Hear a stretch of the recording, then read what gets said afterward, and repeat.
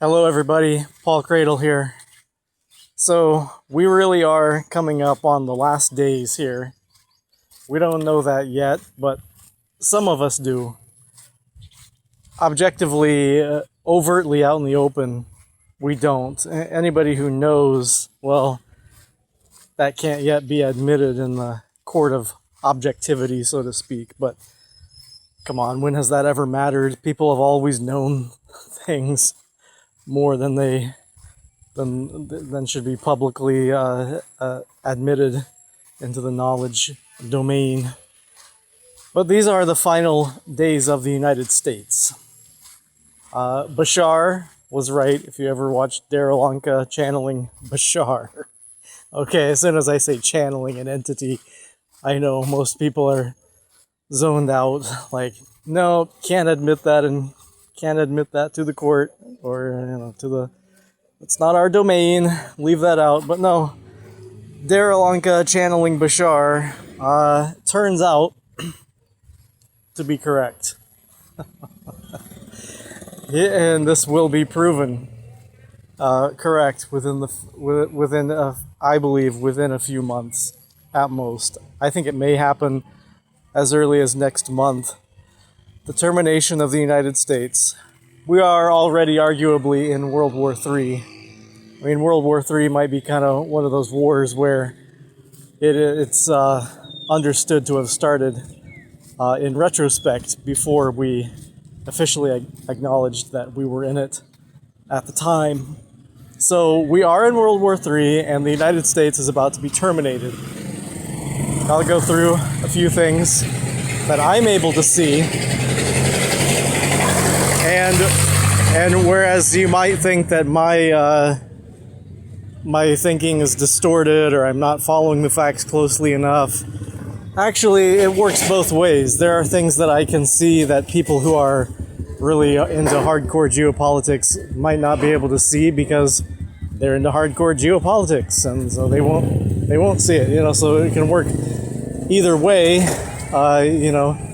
In a way, ignorance is knowledge in some perspective, because it gives you a perspective that the supposedly fine, detailed, knowledgeable people don't have, and it gives you more leeway to consider things that they're not able to consider within their window of possibilities, so to speak, because they know so much, and they're not able to think outside the box because too many things sound crazy. So then they're not able to consider things that sound crazy. So what's my point? I'm getting to my point. Yeah, termination of the United States, because nobody's going to buy our bonds. You realize once the world starts dumping U.S. bonds, we can't get paid in anything. People, how are we going to get paid?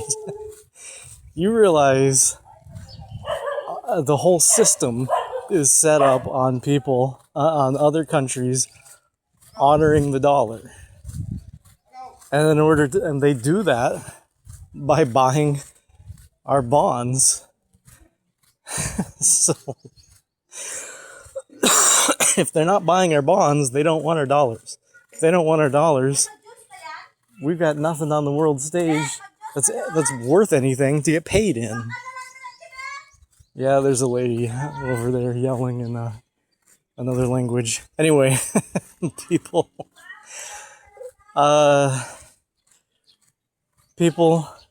if they don't want our bonds, our dollars are worthless, because our U.S. dollar, our currency, the currency that we use, is basically, it's tied to a bond. It's propped up. It's backed by a bond, which somebody has to want that bond, and then that's what gives our currency its value. So basically, when we trade dollars, we're trading tiny parts of or trading fractional parts of a bond that trace back to some actual bond somebody bought. on the world stage somewhere. Somebody bought this bond, and then when you trade around your dollar bills, it's linked back on a ledger back to that particular bond by the serial number and so forth. And we just won't have a currency that's worth anything. We'll trade physical cash for a while. You know, hard paper cash and coins will still be good for a while because that's what we have that we can trade with, that is linked back to some bond that was bought sometime in the past. But for as far as the creation of any new money, any new currency from the Fed into our bank accounts, it'll all be questionable. So basically, for a while you'll be able to convert your bank account into cash right away as you need it at the ATM or something, and you better do that as you can, because there's going to come a point coming exceedingly fast where dollar amounts in stored electronically will just not be honored for conversion into paper cash.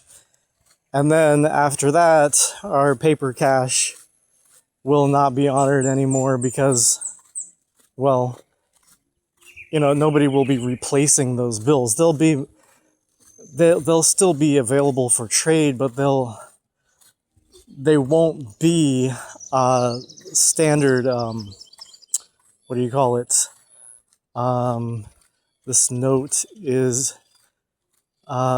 legal tender. It'll still be legal tender, but then it'll just fade out of use in favor of another currency. And we just so the dollar, the legal tender that we're using right now will just fade out like the silver certificates, gold certificates.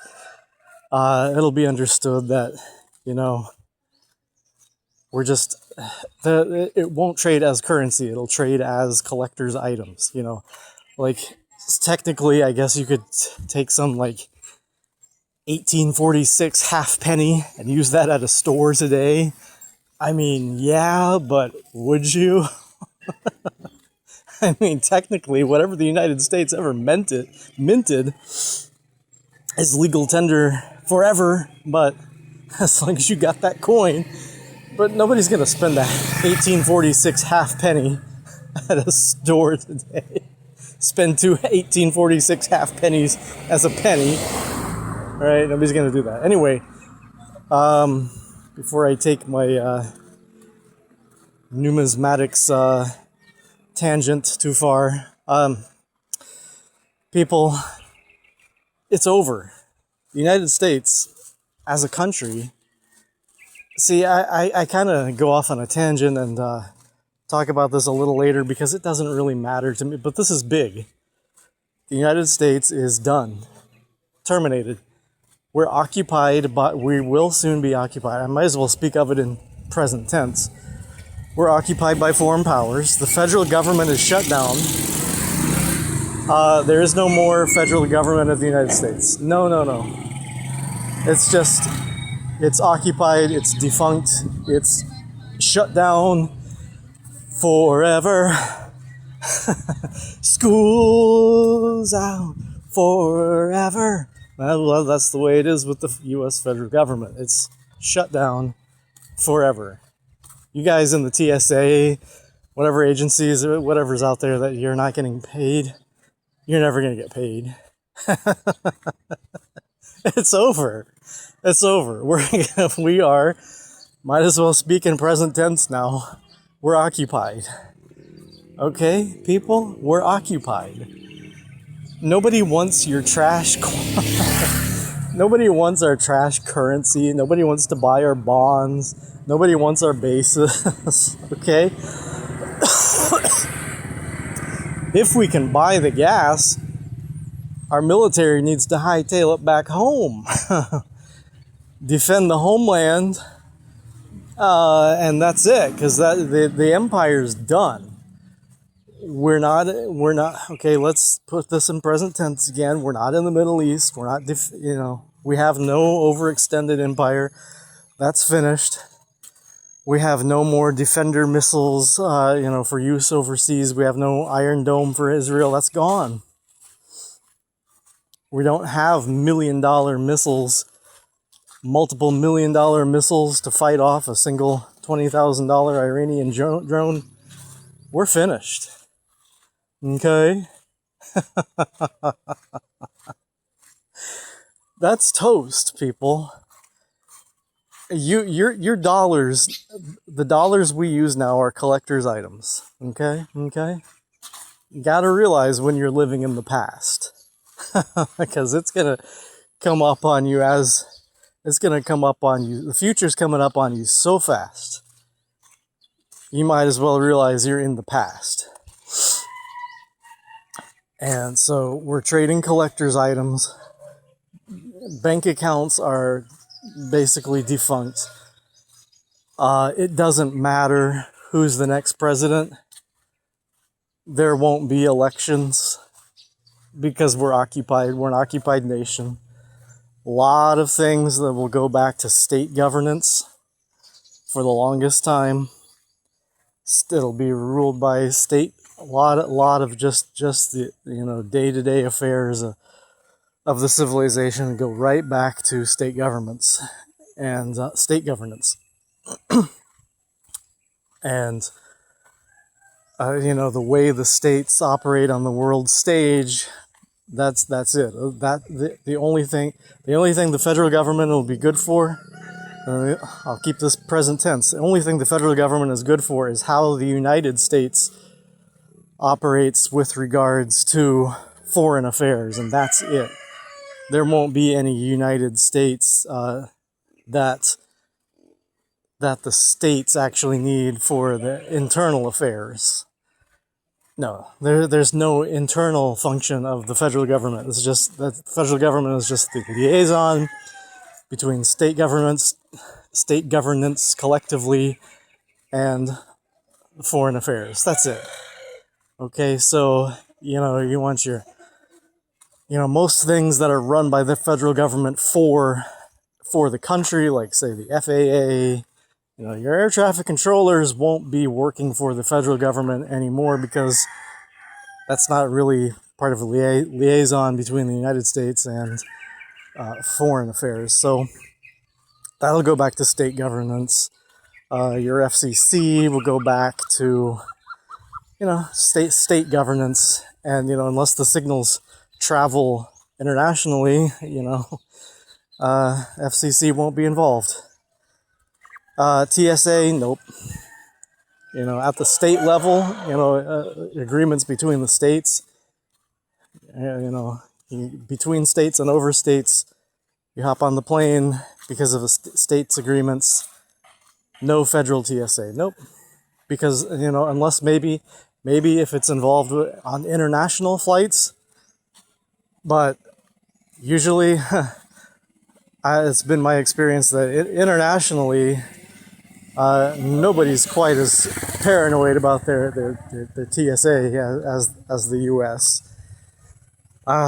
Most other countries, you don't even have to take off your shoes to get on a flight. So that's gone. It's back to the states. Our federal, so our internally circulating currency. Well, that's not worth the paper it's not printed on. It's just not gonna be worth. It is already worthless. You're in suspended disbelief right now. The coyote has gone off the cliff, hasn't looked down yet, thinks he's on solid ground, still going about his business, and then, whoa, we haven't had a currency for a while, and then it's gone. It all collapses together. But as long as you believe that your currency is worth something, that belief, your disbelief that it's worthless, is going to keep it valuable to you amongst each other. for a while. So, United States is terminated. Okay? Now, this is nothing unpatriotic. This is nothing anti-American. This is nothing un-American. I'm just telling the future, which is basically now. We just don't see it as such, right? We have so much momentum of the past. It's what I'm saying is actually current, except for some momentum of the past, but it's already done. We are an occupied nation at the federal level, which will actually be good for the people. It's going to be better than who we have in office right now. And they're going to set us back up as an independent nation. But it won't be, but they'll have some new safeguards against what happened now. Or probably we'll be living in a new kind of world altogether, where we won't have the same kinds of concerns anymore. And the setup of the U.S. as the world's policeman and things like this, it won't be current anymore. So what we have now, how we're messing up now in the Middle East and stuff, it can't happen again. You can mess up once and that's it. So the safeguards that they have to put in place to ensure this won't happen again will be safeguards for a world that no longer exists. And right now we're just experiencing the momentum of a past world paradigm, like the coyote going over the cliff, and it's just we haven't yet fallen because of our own inertia, really. So basically, when something falls off a cliff, even if it does start falling, it doesn't hit the ground immediately. It has its own inertia. So for a little while, it's just going to feel that the ground isn't there underneath it yet. But for a fraction of a second, it will not have moved very far, even down. So because of its own inertia, right? So we're like that right now, and our way of life. But it will. Okay, we'll be frightened. A lot of things will be scary, but before you know it, we'll be having a better standard of living. Everyday life for the average American will go up during the occupation.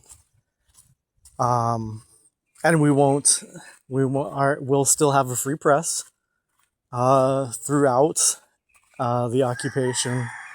They'll just be reporting on. We'll be watching the occupation of our country in real time. Calmly, actually.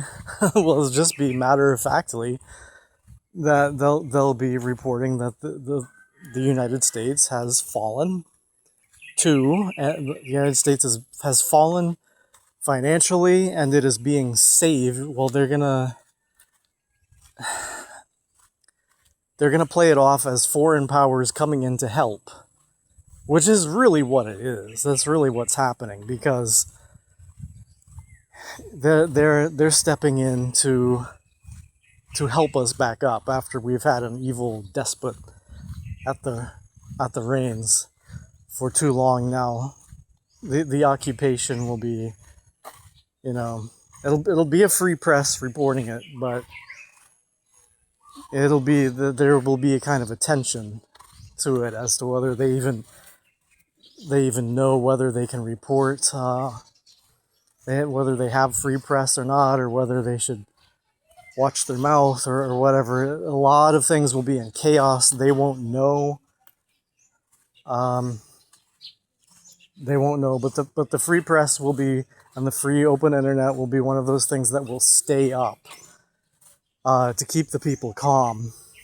And yeah, it'll turn out that NATO and other forces are coming in to help us, to help us rebuild the federal government, so we can stand on our own 2 feet again as a country. because we already can't. You realize, okay, in retrospect, of not too long from now, we will have seen that as of this date, we already could not function as a country. It just wouldn't make sense as a country anymore to operate anymore. All right, I'll come back for another installment.